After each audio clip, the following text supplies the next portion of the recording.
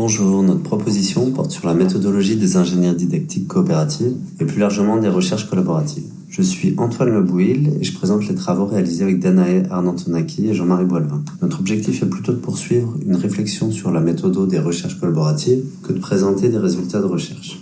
Poursuite de réflexion entamée au sein des séminaires CAFEC au CREAD et CRAC de l'IFE.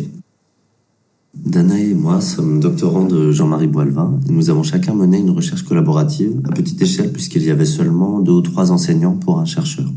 Lors de la revue de littérature, pour construire notre méthodologie, nous avons été surpris par la diversité des appellations et des typologies. En effet, nous avons observé un flottement des terminologies selon les auteurs et les courants. On parle de recherche-action, de recherche participative, recherche collaborative, design-based research, ingénierie didactique coopérative, etc. Une autre difficulté est la diversité des cadres théoriques qui permettent d'analyser ce type de recherche. Il y a d'abord la TACD, mais aussi la transposition métadidactique, l'approche documentaire du didactique, la théorie de l'activité, la théorie de l'acteur réseau. Une telle diversité d'appellations pour les recherches collaboratives, ainsi qu'une diversité des cadres théoriques pour les analyser, ne rendent pas simple la construction de la méthodologie.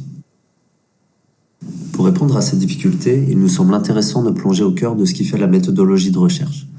D'abord de distinguer 2 types de recherche dont les objets diffèrent, la recherche collaborative et la recherche sur la collaboration.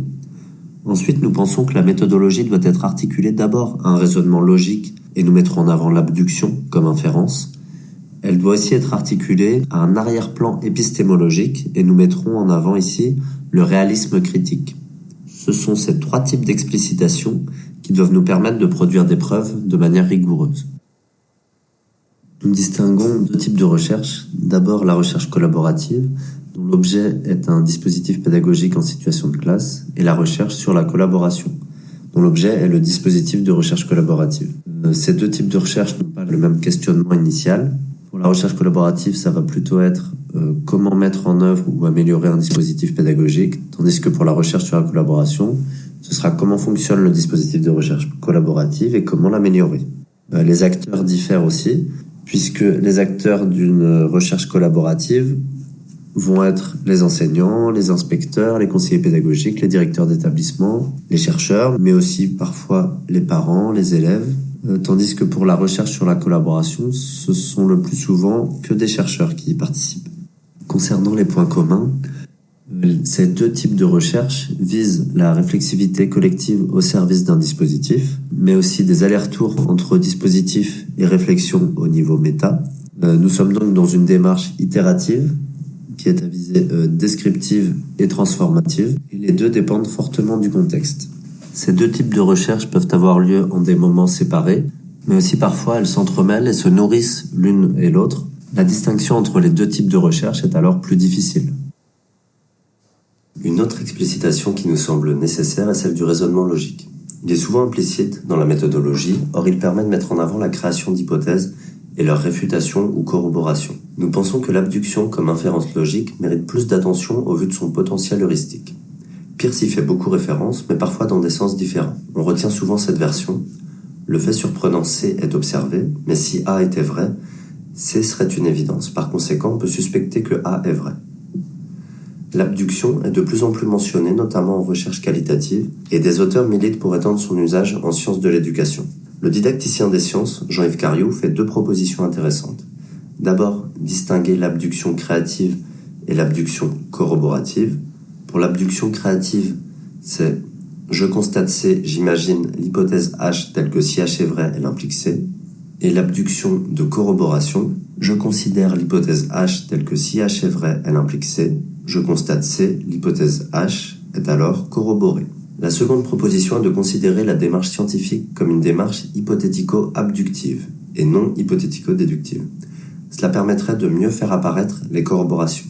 L'explicitation du raisonnement logique, notamment du raisonnement abductif, doit nourrir la méthodologie de la recherche.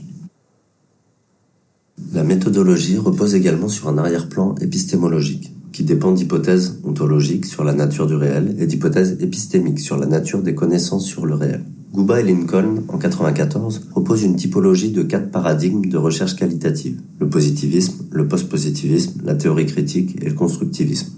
Dans la littérature, on trouve également le réalisme critique, l'interprétativisme, le constructivisme radical et le postmodernisme. Nous souhaitons mettre en avant ici le réalisme critique de Roy Bhaskar. C'est un paradigme qui pose comme base un réalisme ontologique, le réel existe indépendamment de l'observation, et un relativisme épistémique. Les connaissances sur le réel sont subjectives mais ne se valent pas toutes. Dans leur livre « Analyse des données qualitatives », Miles et Huberman, en 2003, se situent d'ailleurs comme réalistes dans la lignée des travaux de Bhaskar. Le réalisme critique offre un cadre d'analyse congruent avec les principes de la recherche collaborative, puisqu'il s'appuie sur des allers-retours entre le terrain et l'interprétation. Et il met en œuvre également un raisonnement abductif. Il peut permettre ainsi une meilleure prise en compte de la dynamique de la recherche, au sens d'avancée temporelle du raisonnement, mais aussi de la dynamique de transformation des élèves, des acteurs de l'éducation et des chercheurs impliqués dans ces recherches. La question de la preuve et du débat entre evidence-based practice et practice-based evidence a lieu en sciences de l'éducation et notamment dans la revue Éducation et didactique. C'est un débat scientifique et politique sur la manière de faire des sciences. Le Conseil scientifique de l'éducation nationale invite d'ailleurs à réaliser un seul type de recherche. Nous pensons au contraire qu'il est important de promouvoir la diversité des types de recherche et que pour obtenir des résultats en recherche qualitative, il est important d'expliciter, comme nous l'avons dit, les objets de recherche, le raisonnement logique et l'arrière-plan épistémologique. C'est ainsi que nous pourrons peser dans le débat scientifique et politique pour la diversité des types de recherche. Comme nous l'avons dit en début d'exposé, nous ne montrons pas de résultats ici, mais présentons une réflexion au sujet de différents éléments qui nous paraissent trop rarement explicités et qui nous semblent d'une grande importance dans la méthodologie de recherche. Nous tentons de mettre en application cette réflexion dans nos recherches et nous aimerions avoir votre avis sur cette présentation. Merci.